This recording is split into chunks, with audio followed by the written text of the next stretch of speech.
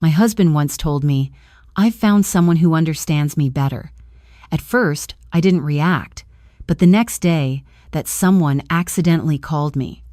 And in that single moment, everything I believed about my marriage collapsed. My name is Eleanor Hayes, and this is a story I never imagined I would tell.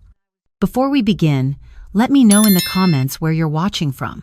I love seeing how far these stories reach, from small towns to big cities, and every quiet living room in between. For most of my life, I thought my marriage was steady, not exciting, but safe, like a well-worn path through the woods. Thomas and I had been married for years, building what looked from the outside like a peaceful life. We had our routines: morning coffee together, Sunday crossword puzzles, dinners where we'd chat about our day, even if the words grew fewer over time. We weren't the type to show affection in public or post anniversary photos online. Our love was quieter, the kind that lives in the small gestures, like a hand on your shoulder or a soft good night. That's what I believed, until small shifts began to show. At first, it was nothing, or so I told myself. Thomas started staying up later, scrolling through his phone, screen dimmed low.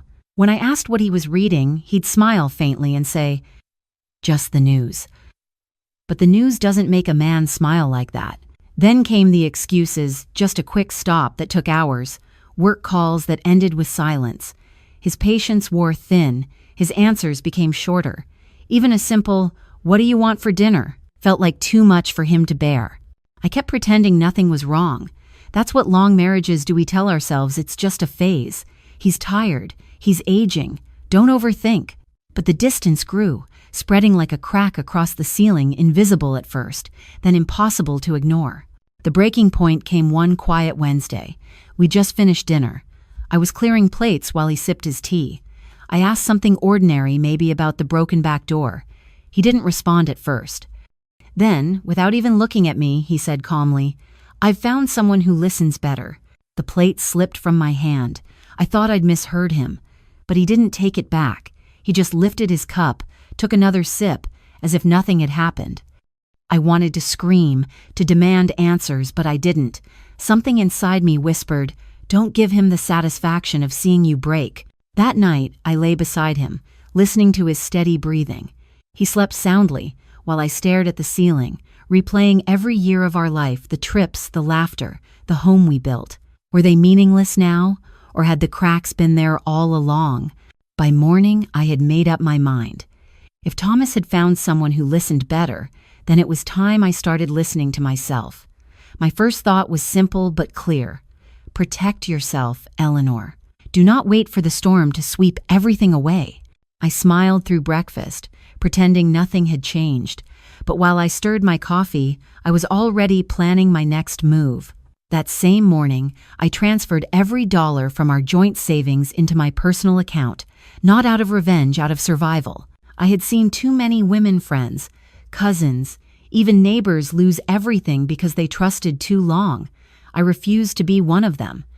At the bank, my hands shook as I signed the papers, but my heart felt strangely calm. For the first time in a long while, I was protecting myself. Back home, I carried on like nothing had changed. I cooked, watered the plants, listened to him talk about his day. But behind my calm eyes, I was watching every glance, every late message, every lie. And slowly, the truth began to take shape. The scent of unfamiliar perfume on his coat. A dinner receipt from a restaurant we'd never been to. The softness in his voice when he whispered into the phone. I said nothing. I smiled. I waited. Every detail was a piece of the puzzle. And one day, I knew the full picture would reveal itself. Each time I folded his shirts or set his plate on the table, something inside me cracked a little. Still, I told myself, dignity first, emotions later. Thomas had no idea. He went on laughing into his phone, brushing off my questions like they were nothing. He thought he was clever. He thought I was blind. But what he didn't understand, what men like him never do, is that women of my generation, women who have held families together through storms and sacrifices, we notice. We may not shout, but we see everything. And I saw enough to know that something was coming. I didn't know when or how, but I could feel it in my bones, like a clock ticking closer to midnight. What I didn't realize was that the truth wouldn't come from Thomas, but from a stranger's voice on the other end of the phone. And that moment, an ordinary morning, a simple phone call changed everything. It was one of those mornings that seem forgettable. The kettle whistled, birds sang outside the window, and Thomas had already left, saying he had errands to run. I was tidying up when the phone rang. The number was unfamiliar, and I nearly ignored it, but something, call it intuition, made me answer. "Hello, this is Eleanor," I said. For a few seconds, there was only silence. Then, a woman's voice came through, soft, uncertain, trembling with excitement. "Oh, Thomas," she said, "I just wanted to hear your voice. Are we still meeting tomorrow? I can't wait to see you."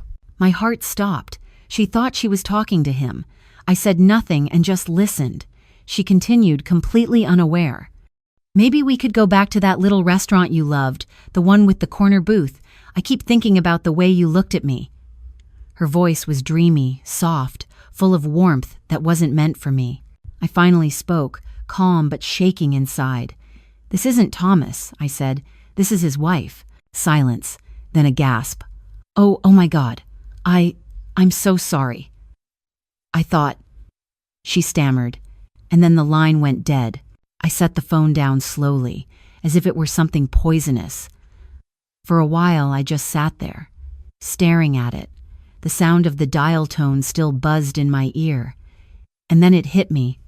The answer was right there.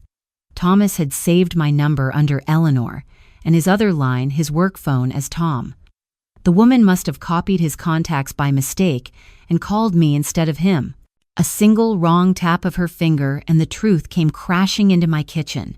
Proof, no more guesses, no more suspicions. You might think I cried, but I didn't. Not then. Instead, a strange calm settled over me. The fog had lifted. His words, "I found someone who listens better," suddenly had a voice, a face, a name. I didn't yet know who she really was, but I knew enough. Enough to stand tall, enough to prepare. I placed the phone gently back, my hands trembling but my mind sharp. "Well, Eleanor," I whispered to myself, "the storm has arrived. But storms don't just destroy, they also clear the air." From that moment, I could never look at Thomas the same way again. Every smile, every touch, every casual word, it all felt rehearsed, hollow, like a performance from a man whose heart had already left the stage. But if there's one thing about me, I am patient. Patience is a gift you learn after years of raising children, managing a home, and surviving disappointment. It sharpens your eyes. So, I watched, quietly. The first clue came from a crumpled receipt tucked in his jacket pocket, an Italian restaurant known for its privacy. The bill showed 2 entrees and a bottle of wine. The same wine he once refused to drink with me, claiming it gave him heartburn. I smoothed the paper and whispered, "Heartburn for me, romance for her." Then came the perfume, faint, floral, not mine. I hadn't worn perfume in years. Thomas used to say he didn't like the smell, yet here he was, bringing home another woman's scent like a secret on his skin. I didn't confront him. Not yet. I kept the receipt tucked away in my nightstand, like a bookmark in a story not yet finished. The next clue came from his phone. He was careless. Sometimes he left it on the counter, buzzing with messages.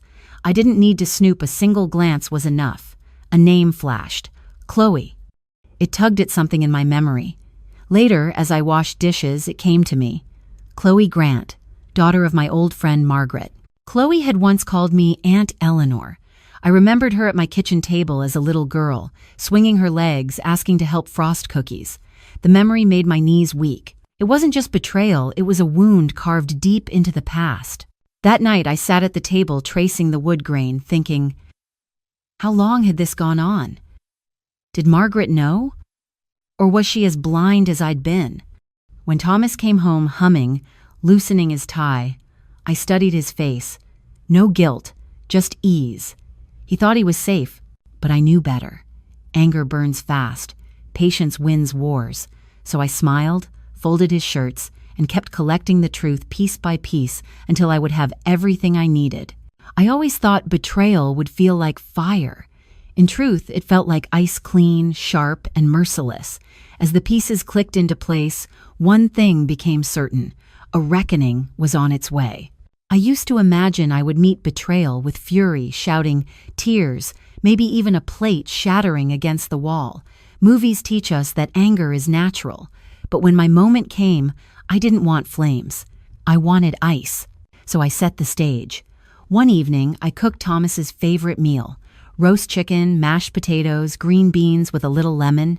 Rosemary and garlic warmed the whole house.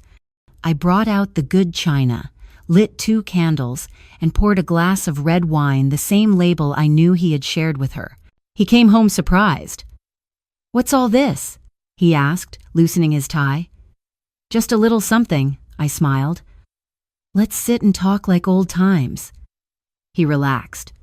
We talked about the garden, a letter from our son, even grocery prices. I kept my voice even, my gaze steady.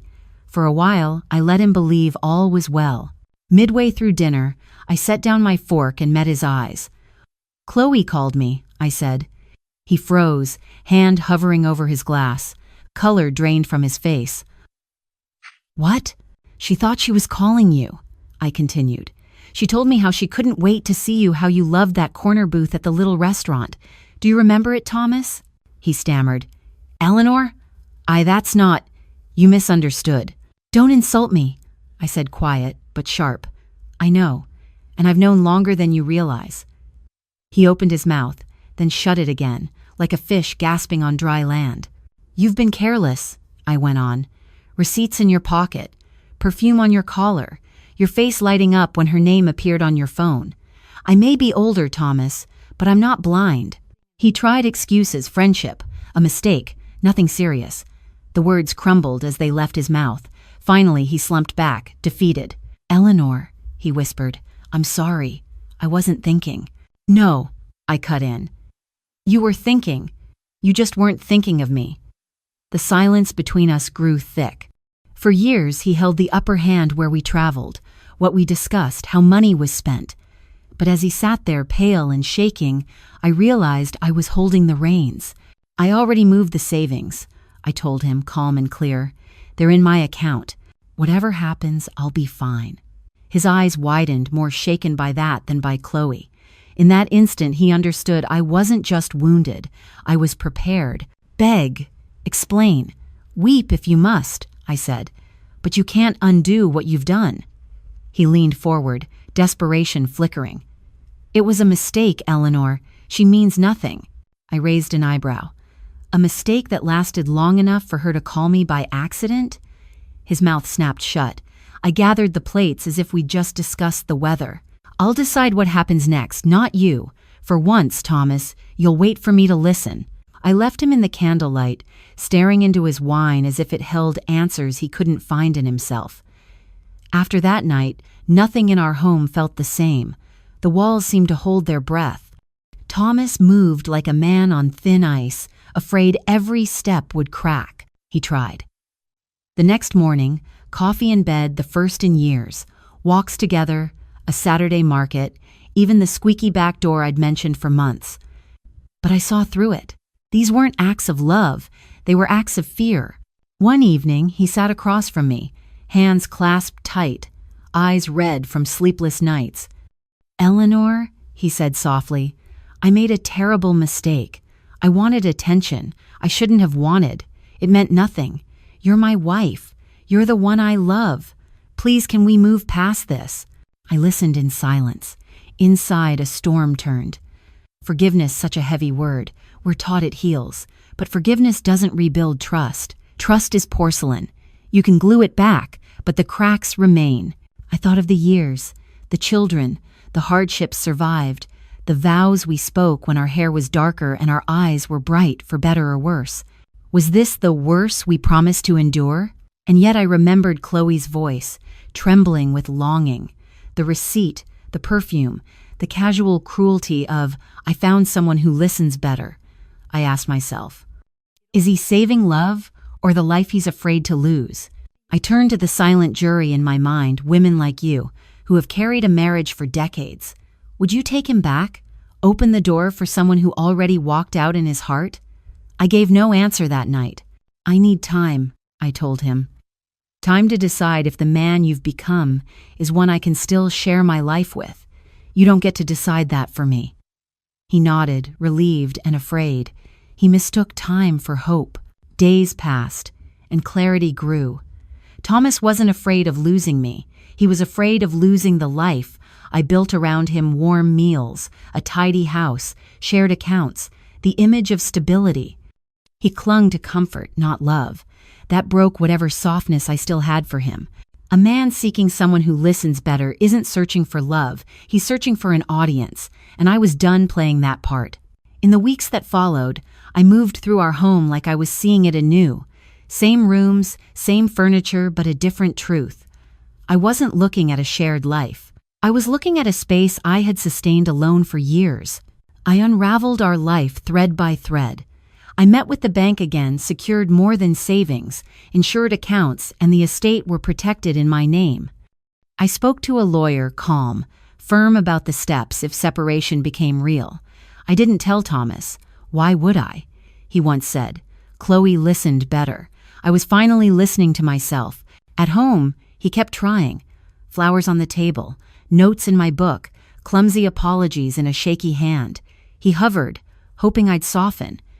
The harder he tried, the clearer it became. His gestures weren't born of love, but of fear. Fear of being alone, fear of losing comfort, fear of meeting himself. I, on the other hand, discovered I wasn't afraid. One morning, watering the roses, a calm settled over me, the air after a storm, clean and new. I realized my choice had already been made. That evening, I asked Thomas to sit. Hope flickered in his eyes. He still believed I might fold back into the shape of the wife I had always been. This time, I didn't smile. Thomas, I said gently, we shared decades. We raised children. We built a home. But somewhere along the way, you stopped seeing me as your partner. You looked for someone else to make you feel important. You broke my trust, and now you want to stay because it's easier than leaving. He tried to speak. I raised a hand.